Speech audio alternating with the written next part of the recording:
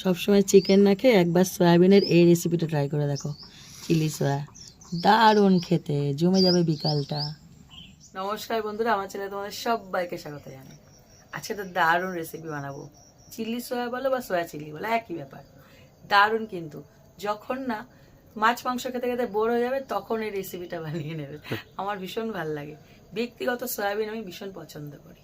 তোমরা বললে তোমার তো সবই ভাল লাগে, সত্যি আমার সবই ভাল লাগে। তোমরা খেয়ে দেখবে, খুব ভাল লাগে। একদম সহজ। তো চলো শুরু করা যায়। এই যে আমার উনুন ধরানো হয়ে গেছে। ওটা কড়াইতে প্রথমে জলটা গরম করে নেব, সয়াবিনটাকে সেদ্ধ করে নেব। জলের মধ্যে একটু লবণ দিয়ে দেবো।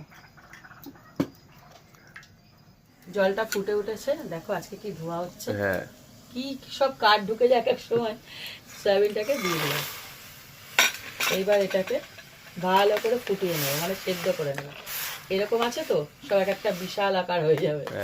দেখো কি সুন্দর ফুলে ফুলে ডবল হয়ে গেছে, ডবলের থেকেও বেশি। এরকম করে মানে ফুটিয়ে নেবে, তাহলে কি বলতো সব একটা মোটকু মোটকু হয়ে যাবে। এবার এটাকে নামিয়ে নেব। সয়াবিনগুলো তো পুরো গরম, এগুলোকে একটু ঠান্ডা করার জন্য একটু নর্মাল যে জল, ঠান্ডা জল নয়, সেই জলের মধ্যে দিয়ে দেবো। এবার আস্তে আস্তে না এটাকে একদম চিপে, মানে কোনো জল থাকবে না, পুরো চিপে চিপে এরকম হাত দিয়ে তারপর একটা পাত্রে আমি নিয়ে নিচ্ছি। সয়াবিনগুলোকে প্রত্যেকটা আমি ভালো করে একদম জল থেকে চিপে নিয়ে নিয়েছি। এবার এর মধ্যে দিয়ে দিচ্ছি কর্নফ্লাওয়ার, একটু গোলমরিচের গুঁড়ো, দিচ্ছি লবণ একটুখানি, খুব সামান্য, আর দিয়ে দিচ্ছি একটা ডিম।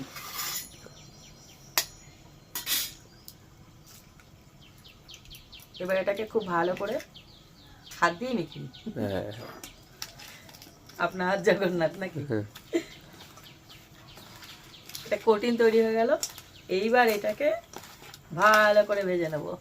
দেখো তেলটা একটু গরম করে নিয়েছি। এইবার সয়াবিনগুলোকে দেবো আর ভাজবো, পুরো ডিপ ফ্রাই হবে। একদম ভালো করে ভেজে নেব। দেখো সয়াবিনগুলো একটু হালকা ব্রাউন করে নিয়েছি। ঠিক এরকম অবস্থায় ভাজা হয়ে গেলে একটুখানি কালার চেঞ্জ করো, না হলে সাদা সাদা ভালো লাগে না, তখন তুলে নেবে। দেখো খুব বেশি লালচে করার দরকার নেই। এক একটা কত বড় বড় হয়ে গেছে, জল খেয়ে ফুলেছিল, তার থেকেও ফুলে গেছে। ডিমটা দেবো না, তার জন্য। সমস্ত সয়াবিন ভেজে তুলে নিয়েছি। এবার একটা কড়াই বসিয়ে দিয়েছি। এবার এর মধ্যে দিয়ে দিচ্ছি তেল। এবার এই তেলের মধ্যে দিয়ে দিচ্ছি রসুন কুচি। রসুন দেখো প্রায় 15-16টা রসুন আছে, একদম কুচি করা। কাঁচা লঙ্কা কুচি 4টে, ছোট ছোট করে কাটা। এবার এটাকে একটু হালকা ভেজে নেব, গরম আছে, ভাজা হয়েও যাচ্ছে। এবার এর মধ্যে দিচ্ছি আদা, এটা বেশ করে লাইভ ভাজা হবে। হ্যাঁ, এবার খেতে ভালো লাগে। এবার একে একে সমস্ত সবজিগুলো দেবো। দেখো সবজিগুলোকে আমি দেখিয়ে দিচ্ছি, সবকটা কিউব করে কাটা। পেঁয়াজ, টমেটো, ক্যাপসিকাম। প্রথমে দিব পেঁয়াজ,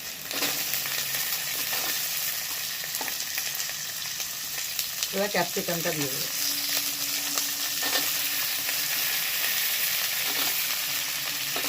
হালকা একটু নেড়ে করে তারপরে দেবো টমেটো। কারণ এইগুলো না পুরোপুরি সেদ্ধ হবে না, একটা ক্রাঞ্চি ব্যাপারটা থাকবে, মানে মুখে পড়বে, ভালো লাগে। তাহলে হালকা একটুখানি নেড়ে চেড়ে এর মধ্যে দিয়ে দিচ্ছি টমেটোটাকে।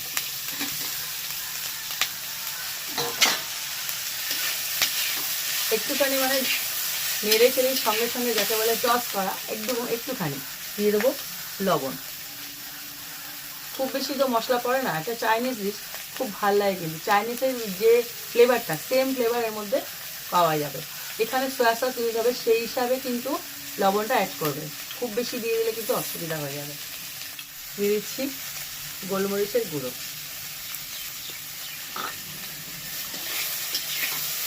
এবার একটু হালকা করে নেড়ে নেব। দেখো একটু হালকা করে ভেজে নিয়েছি, খুব সামান্য। এবার সমস্ত সসগুলো অ্যাড করবো। প্রথমে দিয়ে দিচ্ছি সোয়া সস, এটা একদম অল্প যাবে, এইরকম ঢাকনার হাফ ঢাকনা। দিচ্ছি চিলি সস,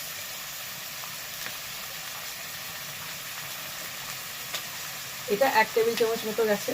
আর আসল যেটা যাবে সেটা হলো টমেটো সস, এটা হলো মেন ফ্লেভারটা দেবে। এটা আমি মেজারমেন্টটা তোমাদেরকে বলে দিচ্ছি, 5 থেকে 6 টেবিল চামচ যাবে, তোমরা আন্দাজ করে নিয়ে নেবে সেটা।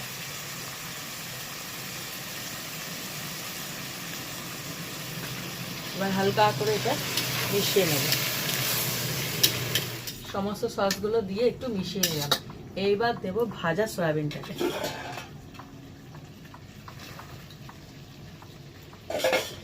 খুব কম উপকরণেই তৈরি হয়, কিন্তু এত ভালো লাগে খেতে।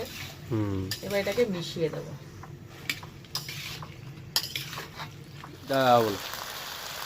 এখানে নিয়েছি কর্নফ্লাওয়ার, এটা একটা রেডি করে নেব। দিয়েছি গোলমরিচের গুঁড়ো আর সামান্য লবণ। এবার এটাকে জল দিয়ে গুলে নেব। পুরো ভালো করে মিশিয়ে নিয়েছি, দেখো একদম সয়াবিনগুলোর গায়ে পুরোপুরি প্রোটিনটা লেগে গেছে। এইবার দিয়ে দিচ্ছি কর্নফ্লাওয়ার গোলাটা। এটা না একটা সুন্দর গ্রেভি আনবে, মানে হালকা গায়ে গায়ে ব্যাপারটা আসবে।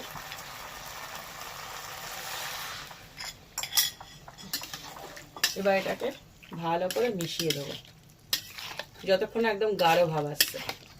কর্নফ্লাওয়ার দেওয়ার জন্য দেখো কি সুন্দর একটা গ্রেভি ব্যাপার এসছে, তৈরি হয়ে গেল চিলি সয়া অথবা সয়া চিলি যেটাই বলো। এই রেসিপিটা সবসময় যে চিকেন দিয়ে করতে হবে এমন কোনো কথা নেই, তো সয়াবিন দিয়েও ট্রাই করে দেখো, খুব ভালো লাগবে খেতে, বাচ্চা থেকে বলো সবার ভালো লাগবে। এই রেসিপিটা একবার হলো শেয়ার করো, আর ট্রাই তো করে আমাকে কমেন্ট অবশ্যই করবে। ভালো লাগলে একটা লাইক দিও, আর এরকম আরও রেসিপি পেতে আমার চ্যানেলটা সাবস্ক্রাইব করে দিও।